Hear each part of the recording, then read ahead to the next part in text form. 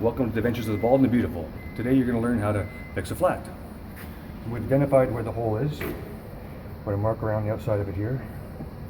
We're going to clean out inside there, just make sure it's nice and clean. All the steel belts. Then we're going to use this grinder right here. This can be a little loud for a second.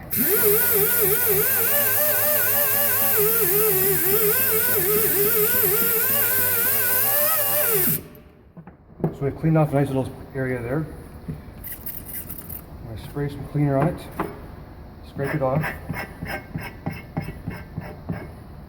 Now we're going to apply some vulcanizing fluid, which is it's like a glue. We're going to apply a bit of that to there. There we go. We're going to let it dry for just a few seconds here. Then we're going to use this right here. It's called a quill seal. Looks like this metal here. But what we're going to do is we're going to push this, pull this through the tire. So it's going to patch it and plug the hole.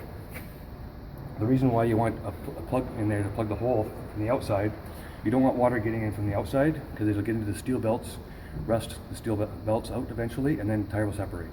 So this way it prevents that. So in we go. Use some pliers. And we're going to pull this right through.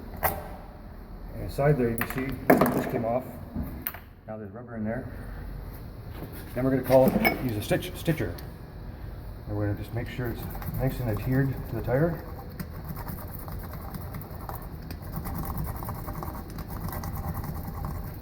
And last but not least, we're going to use this tire sealer.